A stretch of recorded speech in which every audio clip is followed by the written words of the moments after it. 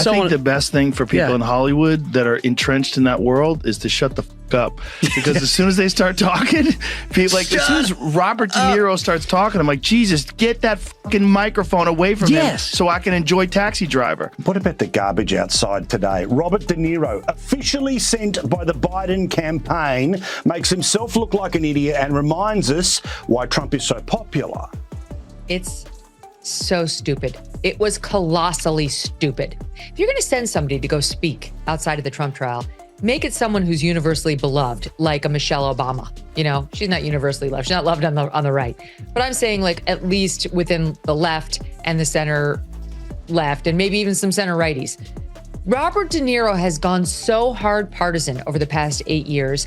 He is like example number 1 of Trump derangement syndrome. All right, buckle up, because we're diving into the wild world of Hollywood, where the spotlight doesn't just shine, it blinds. Picture this: Robert Dairo, the guy who gave us Taxi Driver and Raging Bull, steps up to a microphone. You're expecting some gritty, iconic wisdom, right? But instead, he's out here delivering a monologue that feels like it was ripped from a Reddit thread. What happened? The man's a legend, but lately he's been acting like he's auditioning for Angry Uncle at the Family Reunion the movie. And the crowd, they're not clapping anymore, they're scrolling. This is the story of how a Hollywood titan got roasted by 2 media heavyweights, Joe Rogan and Megyn Kelly, without them even needing to say his name. It's a masterclass in how fame doesn't equal insight, and it's about to get juicy. Robert De Niro. Yeah. Now, Kurt's convinced that Robert De Niro's on some kind of Epstein list or some kind of thing like that, and then he's afraid that if Trump does get power, he's going to expose him, and he is actually going to come at him. Of course Kurt thinks that. That's what Kurt thinks that. Kurt thinks that about every fucking thing that happens in the world. I think that Robert De Niro's just got Trump derangement syndrome. I think he's old, too. There's a thing about old men. And they want to yell at everybody. He's one of those, I'm moving to Canada if he wins, and he's never going to leave the White House if he wins. We're going to have Trump forevermore. I mean, hello, I hate to break it to you because I realize you're advanced age too, Robert, but people die. So he will leave. One way or the other, he's gonna go. Let's set the scene. Robert Dairo's out there, pacing like he's still in a Scorsese flick, except this time, the script's a mess. He's got that intense squint, the one that made you believe he was Travis Bickle, but now it's aimed at an invisible enemy. The man's got Oscars, a filmography longer than a CVS receipt, and a voice that could make a grocery list sound like Shakespeare. So why is he using it to rant like he's stuck in a YouTube comment section? It's not just a speech, it's a performance, and not the good kind. The kind where the audience starts checking their phones 3 minutes in. Robert De Niro, there's something about being a star where you think your opinion's more important than anybody else's, and you can go give a press conference, and he obviously has been very vocal from 2016 that he hates Trump for whatever reason. Maybe they have some personal thing. You think Trump ever threw a punch himself or took one? This guy who ran and hid in the White House bunker when there were protesters outside? No way.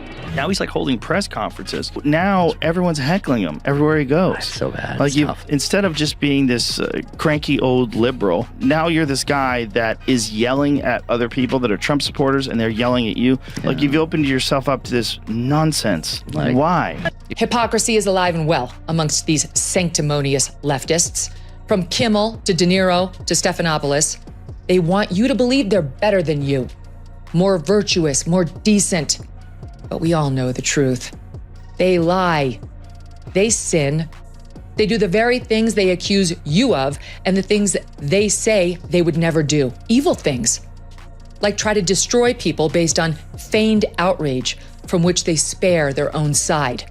Or playing politics with a woman's. Dairo's out here throwing verbal haymakers, but the punches aren't landing. They're just floating. And that's when Joe Rogan and Megyn Kelly, from opposite corners of the media universe, step in to call it like they see it. Enter Joe Rogan, the guy who'd rather choke out a bad idea than let it breathe. He's sitting in his podcast studio, probably sipping something that smells like kale and regret, when he catches wind of Dairo's latest tirade. Rogan doesn't even need to prep. He's got that laid back, I'm just saying saying what we're all thinking vibe. He leans into the mic, cracks a grin, and unloads. You've got these actors, he says, thinking they're geopolitical experts because they played a mob boss in '82. The shade is so sharp it could cut glass. Rogan's not yelling, he's not preaching. He's just dismantling the ego with the precision of a UFC referee calling a TKO. He paints a picture of a Hollywood star so lost in their own myth they forgot how to read the room, and without saying Dairo, he's got everyone nodding, picturing that exact squinting red-faced rant. See when he went and gave that speech outside of the trial? That was bizarre. Told him that was a good idea? And then he starts yelling at regular people.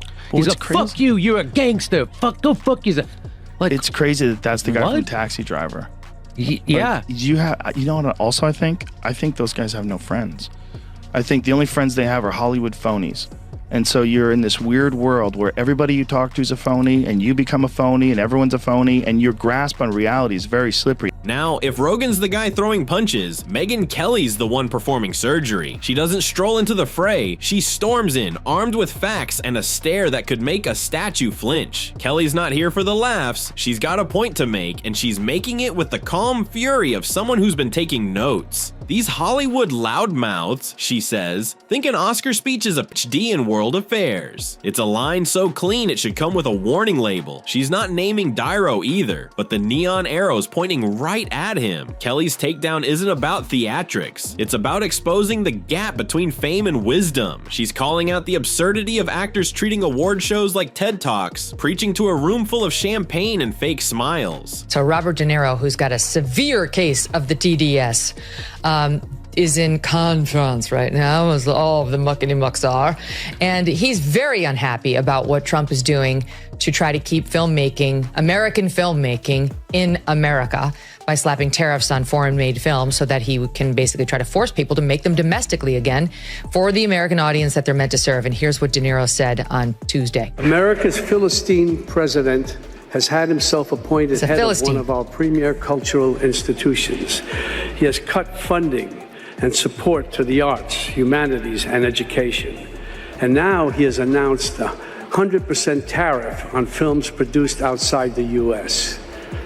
Let that sink in for a minute. Let's zoom out for a second. Hollywood's got this problem, and Dairo's just the poster child. It's an echo chamber where everyone's clapping for the same tired script. You've seen it. Stars grab the mic, drop a hot take, and wait for the applause like it's written into their contract. But here's the thing, nobody outside their bubble cares. The average person's not looking to Robert Dairo for life advice any more than they're asking their plumber about quantum physics. It's not that Dairo's movies aren't iconic. They are. Taxi Driver, Raging Bull, Untouchable. But when he steps off the screen and starts preaching, it's like watching a chef try to fix a car with a spatula. Fame doesn't make you a guru, and Rogan and Kelly are just the ones brave enough to say it out loud. You've been talking to De Niro again.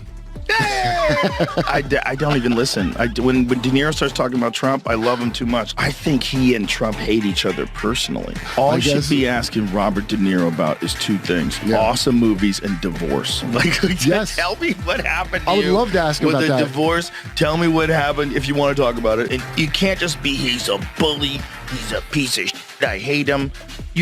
I think you probably, if you're going to express yourself about it and alienate 50% of the country, which it seems like it is, you're going to have to do better than that. Here's what makes this whole thing beautiful. Neither Rogan nor Kelly needed to say Dairo's name. They didn't have to. The roast was so precise, so perfectly tailored. It was like they had his headshot pinned to a dartboard. Rogan's out here chuckling, comparing overzealous actors to guys who think they're Einstein because they memorized a script. Kelly's slicing through the hypocrisy, pointing out how these stars live in gated mansions while preaching about the people. It's a tag team takedown without a single rehearsal. They're not collabing, they're not plotting, they're just two people who saw the same circus and decided to point at the clown. And the crowd, they're eating it up because nothing lands harder than a truth bomb wrapped in sarcasm. Be asking Robert De Niro about is two things: awesome movies and divorce.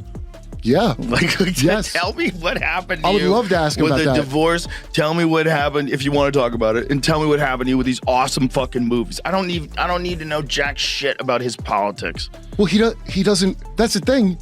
He just tells you he feels a way. That's all he's got to say. Yeah, but it's almost like it's almost unfair. to have a guy like that on a public show and talk to him about politics. Do you know what it reminds me of? When the beauty pageant contestant can't pick a thing on a map? And they're making fun of her? Right? They mock her. And I'm like, is that fair to do to her? That's not her area. Well, they made her have a speech and she got stuck in a loop and she couldn't get out. Remember? Yes.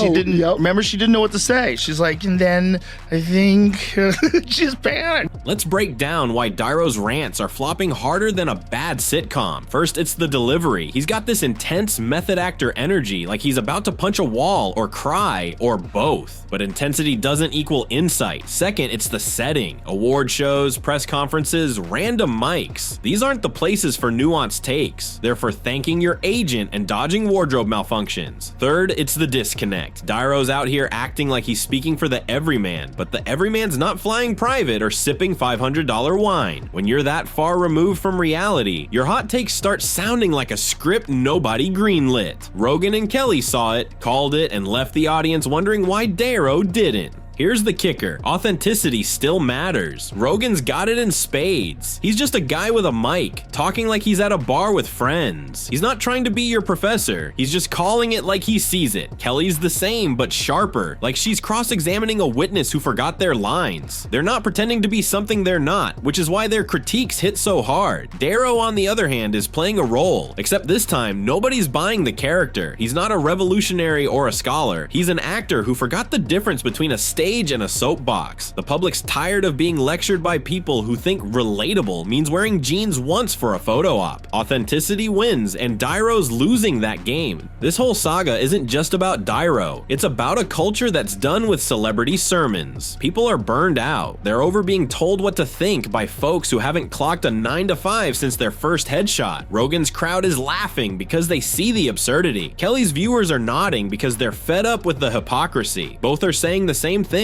Just because you're famous doesn't mean you're wise. Dairo's become the guy yelling at clouds, and the crowd's not clapping, they're memeing. It's a collective eye roll from a world that's moved on from red carpet rants. And when two media giants like Rogan and Kelly, who couldn't be more different, sync up to call it out, that's when you know the jig is up. So where does this leave us? Robert Dairo's out there, probably pacing in front of a gold-framed mirror, practicing his next big speech like he's still got a shot at an Oscar for Best Rant. But the truth? The audience left the theater a long time ago. They're not buying tickets to his one-man show anymore. They're quoting Joe Rogan's stoner wisdom or Megyn Kelly's laser-sharp takedowns instead. This isn't just a roast, it's a cultural reset. Dairo's not the villain here. He's the guy who forgot the script changed. Hollywood used to be about larger-than-life stories, but now it's a stage for stars who think their IMDb page is a degree in world saving. And the fans, they're over it. They're done with millionaires in tuxedos telling them how to live from behind a velvet robe. Let's paint the picture. Imagine Dairo still channeling Travis Bickle's intensity, standing on a stage with a mic that's way too hot. He's gesturing wildly, veins popping, like he's about to take down the entire system single-handedly. Except the system's not listening. It's too busy posting memes about him.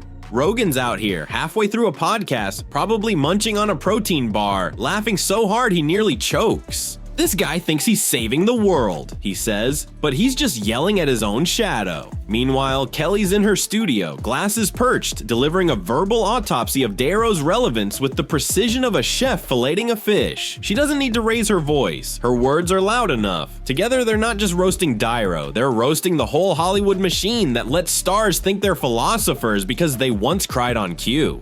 What's wild is how this moment feels like a turning point. People aren't just tuning out, they're tuning out the whole celebrity sermon circuit. The public's got better things to do than listen to a guy who spent the last 40 years in makeup trailers tell them how to fix the world. They'd rather hear from their neighbor, their bartender, or heck, even the guy fixing their car, because at least those people live in the same reality. Dairo's rants aren't rallying cries, they're background noise in a world that's moved on to streaming, scrolling, and swiping. And the irony? He doesn't even see it. He's still out there, practicing his lines, convinced he's the hero in a movie nobody's watching. This is bigger than one actor, though. It's about a culture that's fed up with being lectured by people who think struggle means a bad Wi-Fi signal on their private jet. Rogan and Kelly, in their own ways, are holding up a mirror to that absurdity. Rogan's doing it with a smirk, like he's just spotted a UFO and can't believe nobody else sees it. Kelly's doing it like she's presenting evidence in a courtroom, every word a nail in the coffin of celebrity arrogance. They're not trying to cancel Dairo. They don't need to. He's doing it to himself, one unhinged speech at a time. The real magic is how these two, who'd probably argue over what makes a good burger, ended up as the accidental tag team of the century, dismantling a Hollywood icon without ever sharing a stage.